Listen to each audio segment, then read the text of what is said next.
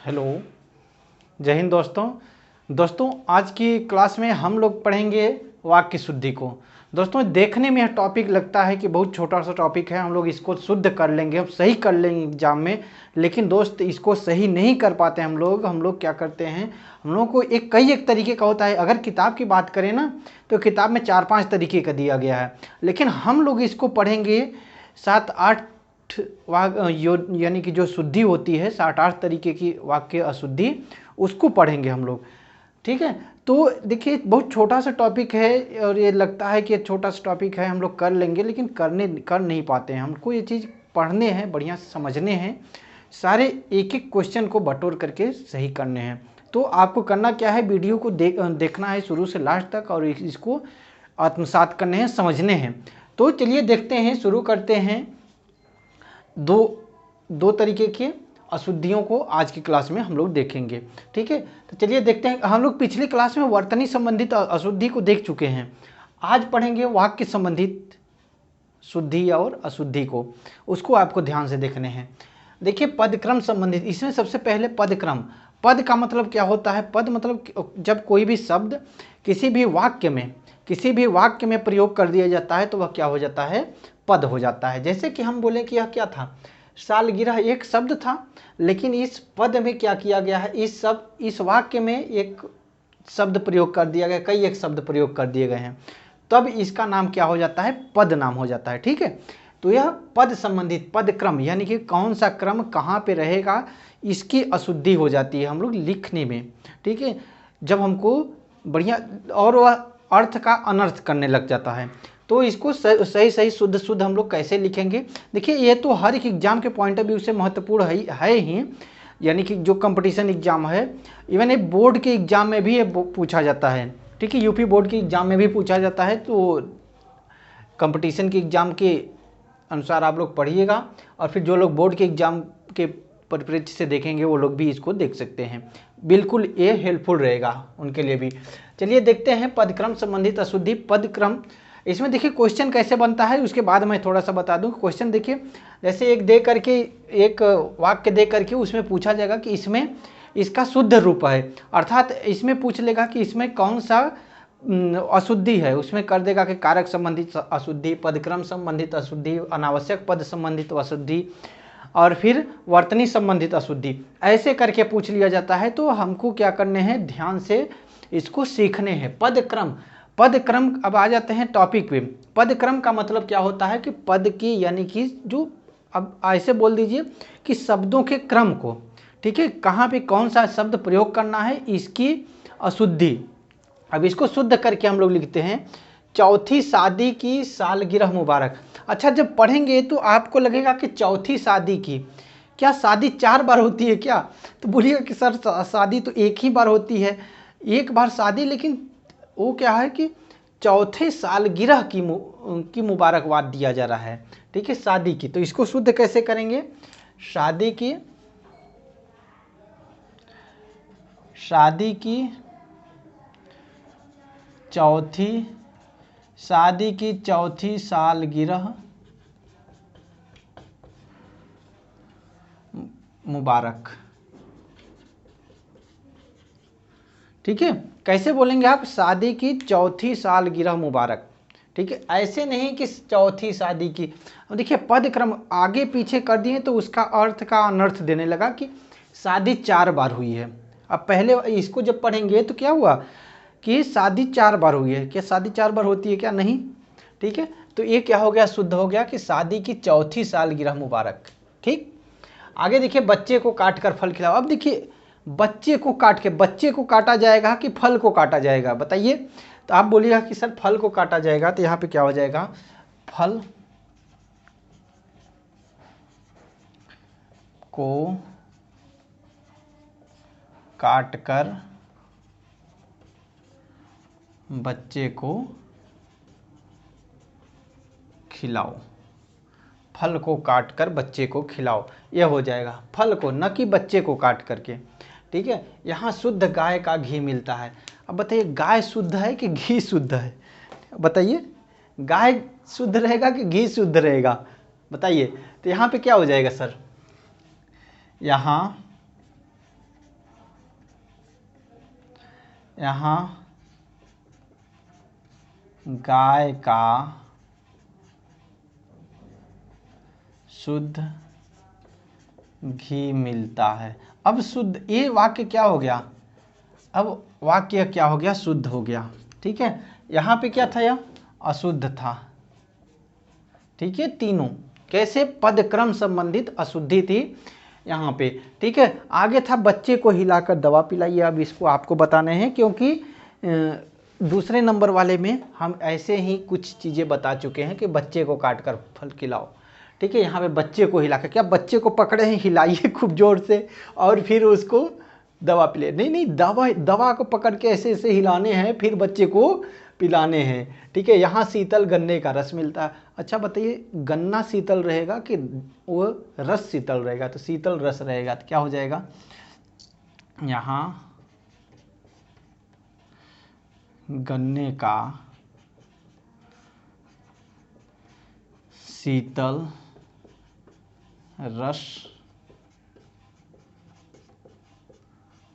मिलता है, यहाँ गन्ने का शीतल रस मिलता है। अब शुद्ध हो गया। ठीक है, अब वहाँ पे क्या था, पीछे क्या था कि यहाँ शीतल गन्ने का, गन्ना ठंडा रहेगा क्या? नहीं, उसका रस जो रहेगा वह ठंडा रहेगा, शीतल रस। ठीक है, अधिकतर हिंदी के लेखक निर्धन है। अब बताइए कि हिंदी के अधिकतर हिंदी के हो गया, तो ये क्या हो गया, पदक्रम, पद इधर उधर हैं, आगे पीछे हैं। तो यहाँ पे क्या हो जाएगा, शुद्ध शब्द हो जाएगा कि हिंदी के अधिकतर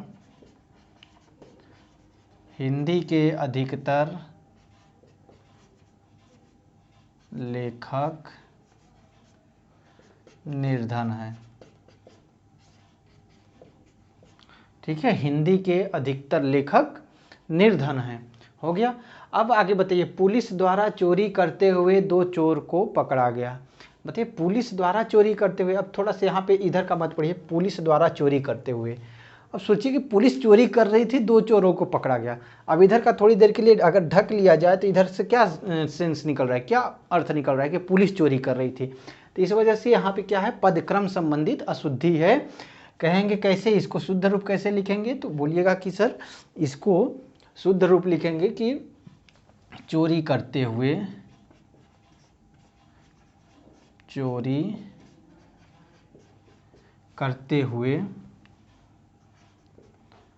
2 चोरों को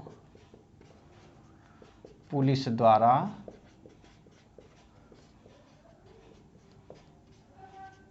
पकड़ा गया। ठीक है,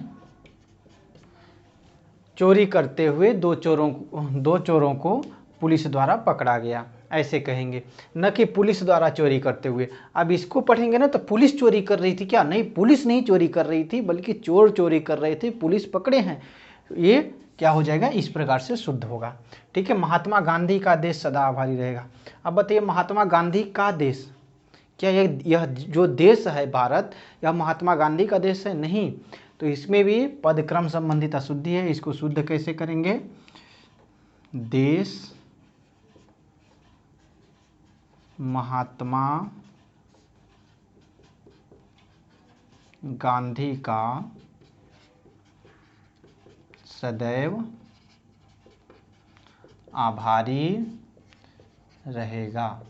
हो गया शुद्ध, कि देश महात्मा गांधी का सदैव आभारी रहेगा। आगे इसमें क्या था कि अशुद्ध वाले में महात्मा गांधी का देश, क्या यह देश क्या है, महात्मा गांधी का है। अब इसको पढ़िएगा कि देश, यह जो हमारा देश है, देश महात्मा गांधी का सदैव आभारी रहेगा। यह क्या हो गया, शुद्ध शब्द हो गया। यहाँ पे पदक्रम संबंधित अशुद्धि थी, पद इधर उधर हो गए थे। ठीक है, आगे देखिए, उन्होंने नेताजी को 1 फूलों की माला पहनाई। अब बताइए, क्या फूलों की, एक फूल की कोई माला हो सकती है क्या? फूलों में तो माला में तो कई फूल होते हैं ना, एक फूल से तो माला बनाई नहीं जा सकती है। तो यहाँ पे क्या था कि फूलों की एक माला, एक फूलों की माला पहनाई। तो यहाँ पे क्या है, पदक्रम संबंधित अशुद्धि है। इसको शुद्ध कैसे करेंगे कि उन्होंने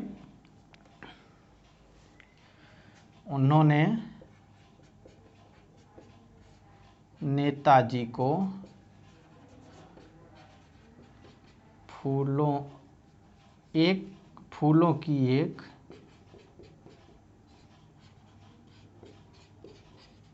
की एक माला पहनाई। अब बताइए फूलों की एक माला, और फिर इसी को अगर आगे इधर पलट दे, एक फूलों की माला। एक फूल का माला तो होगा नहीं, फूलों की कई एक फूल रहेंगे, उसका एक माला रहेगा, है ना। तो यहाँ पे क्या हो गया, पदक्रम संबंधित अशुद्धि थी, यहाँ पे शुद्ध शब्द लिख दिया, शुद्ध वाक्य लिख दिया गया है। ठीक है, आगे देखते हैं अनावश्यक पद संबंधित। अनावश्यक का मतलब है कि जब किसी वाक्य में एक से अधिक पद प्रयोग कर दिए जाए, सिमिलर, यानी कि एक अर्थ देने वाले एक से अधिक शब्द प्रयोग कर दिए जाएं एक वाक्य में, तो वहाँ पे क्या होता है, अनावश्यक पद संबंधित अशुद्धि होती है। अब इसको देखते हैं सर क्या चीज़ है कि इसके बाद फिर क्या हुआ, इसके बाद फिर क्या हुआ। अब आगे देखते, इसमें देखते हैं पहले वाले वाक्य में इसके बाद और फिर देखते हैं, तो आता है यहाँ पे निकल करके कि दो शब्द सिमिलर हैं। ठीक है, दो शब्द सिमिलर हैं और फिर दोनों क्या दे रहे हैं कि इसके बाद फिर क्या हुआ। यहाँ पे एक ही प्रयोग करने चाहिए था कि इसके बाद क्या हुआ या फिर क्या हुआ। इसको दो तरीके से शुद्ध किया जा सकता है। कैसे, तो आप बता सकते हैं कि इसके बाद क्या हुआ, अर्थात फिर क्या हुआ, फिर क्या हुआ।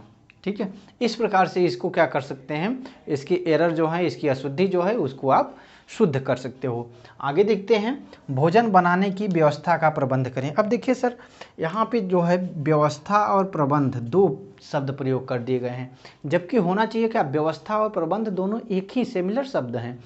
ठीक है, समान अर्थ देते हैं। तो यहाँ पे क्या होने चाहिए, इसको भी दो तरीके से शुद्ध किया जा सकता है। कहेंगे कैसे, तो भोजन बनाने की व्यवस्था करें। ठीक है, कैसे करेंगे, भोजन बनाने की व्यवस्था करें, अर्थात भोजन बनाने का प्रबंध करें,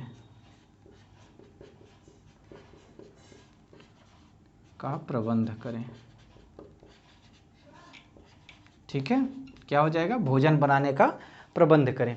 ये दोनों में से कोई भी एक रहे, लेकिन यहाँ पे तो क्या हो गया है, दो शब्द प्रयोग कर दिया गया है जो कि सिमिलर यानी कि समान अर्थ देने वाले शब्द थे। तो एक ही शब्द प्रयोग किया जाता है। ठीक है, तो ऐसे जब दो शब्द प्रयोग कर दिए जाएं जो कि समान अर्थ देते हों, तो वहाँ पे कौन सी अशुद्धि होती है, अनावश्यक पद संबंधित अशुद्धि होती है। मैं प्रातः काल के समय घूमने। अब बताइए यहाँ पे सर, थोड़ी देर के लिए सोचिए कि प्रातः काल और समय, क्या दोनों यहाँ पे जो काल है, काल जो है, काल क्या है, काल मतलब क्या होता है, समय होता है। ठीक है, और फिर यहाँ पर भी समय प्रयोग कर दिया गया है, तो दो बार समय का प्रयोग कर दिया गया, इसका मतलब कि यहाँ पर भी अनावश्यक पद आए हैं। ठीक है, इसको शुद्ध कैसे करेंगे, मैं प्रातः काल, कैसे, मैं प्रातः काल घूमने जाता हूँ, या फिर मैं प्रातः के समय घूमने जाता हूँ। ठीक है, इसको दो तरीके से, यहाँ पे देखिए समय वाला चीज़ था ना कि काल और समय दोनों तो सिमिलर ही हैं, दोनों समान अर्थ देते हैं। इस वजह से एक वाक्य में दो समान अर्थी शब्द नहीं प्रयोग किए जाते हैं। अगर प्रयोग कर दिए जाते हैं तो वहाँ पे अनावश्यक पद संबंधित अशुद्धि होती है। आगे देखिए नशा नामक शीर्षक कहानी।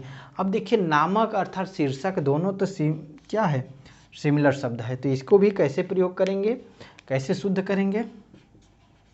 नशा कहानी किसने लिखा था बताइए, कमेंट बॉक्स में बताइएगा। ठीक है, नशा कहानी, नशा नामक कहानी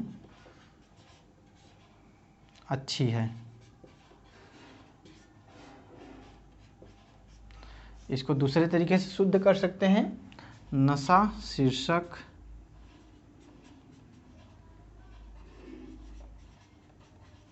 शीर्षक कहानी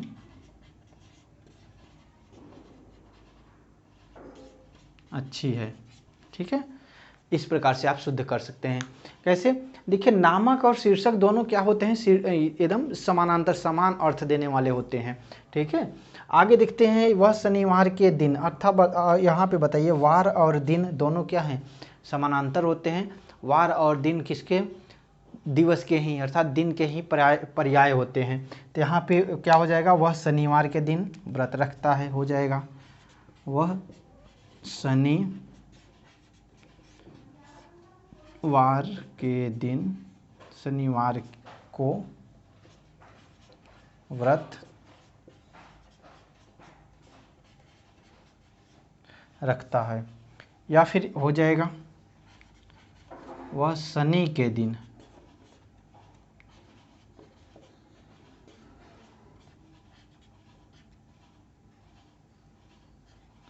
व्रत रखता है, शनि के दिन व्रत रखता है। यहाँ पे कहने का मतलब ये था कि दिन और वार जो था, ये क्या होते हैं, समानांतर, यानी कि समान अर्थ देने वाले होते हैं। इसमें कोई अंतर नहीं है। ठीक है, ये केवल शब्द का अंतर है, लेकिन अर्थ में कोई अंतर नहीं होता है। इसका भी मतलब होता है दिवस ही, दिन ही होता है। ठीक है, कृपया सप्रमाण सहित उत्तर दीजिए। इसमें क्या चाहिए, इसको भी शुद्ध कीजिए आप। तो बोलिएगा कि सर कृपया, यहाँ पे देखिए स और सहित दो शब्द प्रयोग कर दिए गए हैं। स का मतलब ही होता है कि सहित, और सहित तो है ही, तो दो बार प्रयोग कर दिए गए हैं, इस वजह से यहाँ पर भी अनावश्यक पद संबंधित अशुद्धि है। देखते हैं इसको कैसे शुद्ध करेंगे। इसको भी दो तरीके से शुद्ध कर सकते हैं। कृपया सप्रमाण उत्तर दीजिए, या फिर कृपया प्रमाण सहित उत्तर दीजिए। ठीक है, इस प्रकार से हो जाएगा, कृपया सप्रमाण उत्तर दीजिए, या फिर कृपया प्रमाण सहित उत्तर दीजिए। स नहीं रहेगा, अगर स रहेगा तो सहित नहीं रहेगा, सहित रहेगा तो स नहीं रहेगा, क्योंकि स और सहित दोनों क्या होते हैं, समान अर्थ देते हैं। कृपया छुट्टी देने की कृपा करें। अब बताइए, कृपया छुट्टी दें, ऐसे हो सकता है। ये देखिए, कृपा और कृपया दोनों क्या हैं, सिमिलर हैं। ठीक, आगे देखते हैं इसको शुद्ध कैसे करेंगे। कृपया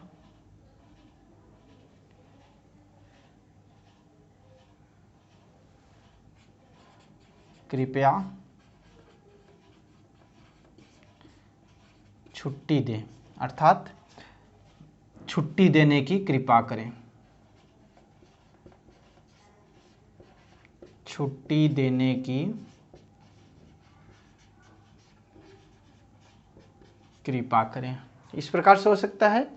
आगे देखिए, विंध्याचल पर्वत हिमालय से श्रेष्ठ है।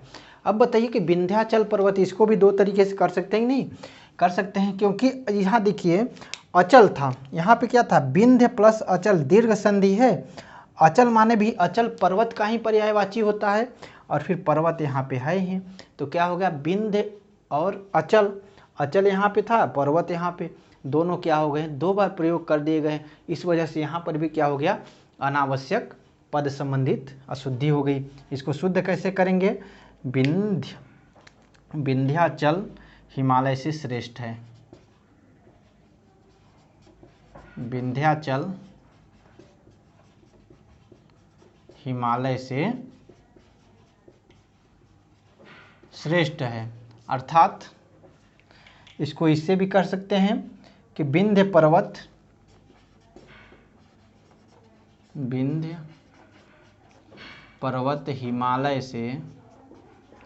हिमालय से श्रेष्ठ है, हिमालय से श्रेष्ठ है। अब देखिए इस प्रकार से इसको दो दो, यानी कि जब हम इसको जानते रहेंगे कि यह क्या, कौन से दो पद समान अर्थ लेकर के इस वाक्य में प्रयोग किए गए हैं, तब फिर हम इसको सही कर पाएंगे। नहीं तो हम लोग क्या करें, सोचेंगे कि कृपया सप्रमाण सहित उत्तर दीजिए, ये तो सही ही लिखे हैं सर, इसमें क्या अशुद्धि है। जब अशुद्धि नहीं है तब काहे को अशुद्धि पूछेगा, वह एग्जामिनर काहे को अशुद्धि पूछेगा। भाई अशुद्धि कहीं ना कहीं है, वह पूछना चाहता है, वह जानना चाहता है, आपके बोधात्मक स्तर के नॉलेज को परखना चाहता है। तो आपको कितना बोध है, कितना ज्ञान है, ये चीज़ों आपको पता होनी चाहिए सारी चीज़ें। ठीक है, आगे देखिए, गर्म आग लाओ। अब बताइए कि अरे सर गर्म आग लाओ, सही तो लिखा ही गया है सर, अब बताइए इसमें क्या शुद्ध करें, गर्म आग लाओ, इसमें तो कोई शुद्ध कर ही नहीं सकता है। अरे बिल्कुल गलत है, सरासर गलत है। कैसे गलत है देखते हैं यहाँ पे। अब बताइए कि आग कैसे ठंडा होता है क्या, अरे आग ठंडी भी होती है। कहीं कि कह देना कि ठंडी आग लाओ, तब वो क्या होगा, बर्फ ला के दे देगा। देखिए गर्म आग लाओ तो क्या हो गया, यहाँ पे शुद्ध क्या हो जाएगा, आग लाओ, आग लाओ शुद्ध होगा, क्योंकि आग खुद ही अपने आप में गर्म होती है। ठीक है, आग का कहने का मतलब, कहने का कोई औचित्य नहीं है कि आग गर्म आग लाओ या ठंडी आग लगाओ, आग लाओ, ऐसा कुछ भी कहने का मतलब नहीं है। अब बताइए यही ऐसे ही वह सोकर जग गया। अब बताइए सोकर, सोकर यानी कि सो चुका है और फिर जग गया। अब बताइए सोकर, सो चुका है और फिर जग गया, दोनों सिमिलर हो गए कि नहीं। सोचिए जरा सा, कूल माइंड से सोचिएगा, शब्दों पे थोड़ा सा जोर दीजिए, समझने का प्रयास कीजिएगा कि सोकर अर्थात सो चुका, वह सोकर, कर माने कर चुका, सोना, सोने वाला काम कर चुका, अर्थात वह जगा ही है, जग गया। अब देखिए जगना और सोकर दोनों सिमिलर हुए कि नहीं, तो क्या हो जाएगा कि वह जग गया, वह जग गया, ये शब्द सही शुद्ध हो जाएगा। ठीक है, सो कर के बाद वाली जो क्रिया होती है जगना ही होता है, लेकिन यहाँ पे सोकर और जगना दोनों क्या होता है, क्या है, सिमिलर, यानी कि एक ही अर्थ दे रहे हैं। ठीक, जगने वाली क्रिया ही होती है कि सोने के बाद ही जगेगा। ठीक, तो ये बात हो गई क्लियर, आपको सारी चीज़ें आशा करते हैं समझ में आई होगी। ठीक है, इसमें टोटल हम लोग 8 या 9 टॉपिक को कवर करेंगे। आज 1 और 2 अशुद्धियों को हम लोग देखे हैं, टोटल 3-4 क्लास में हम लोग देखेंगे। और फिर यहाँ से अगर आप देख लेते हैं तो एक भी क्वेश्चन नहीं छूट पाएगा। ठीक है, या मेरा वादा है आपसे कि एक भी क्वेश्चन नहीं छूट पाएगा आपका, अगर एग्जाम में आएगा तो इतना आपको बेहतर ढंग से पढ़ लेंगे सारी चीज़ें। लेकिन देखने में आपको लगता है शुद्ध कर लेंगे सर हम, लेकिन शुद्ध नहीं कर पाएंगे, गच्चा बच्चा खा जाएगा। बच्चा क्या खा जाएगा, गच्चा खा जाएगा। इस वजह से इसको क्या करने हैं, प्रैक्टिस करने हैं, समझने हैं। तो आज के लिए इतना ही, मिलते हैं कल वाली क्लास में। अगर वीडियो आपको अच्छी लगी हो तो वीडियो को लाइक करके शेयर कर दीजिएगा अपने दोस्तों के पास भी। अगर आप मेरे चैनल पर नए होंगे तो चैनल को सब्सक्राइब करके बेल आइकन को दबा दीजिएगा। थैंक यू, जय हिंद।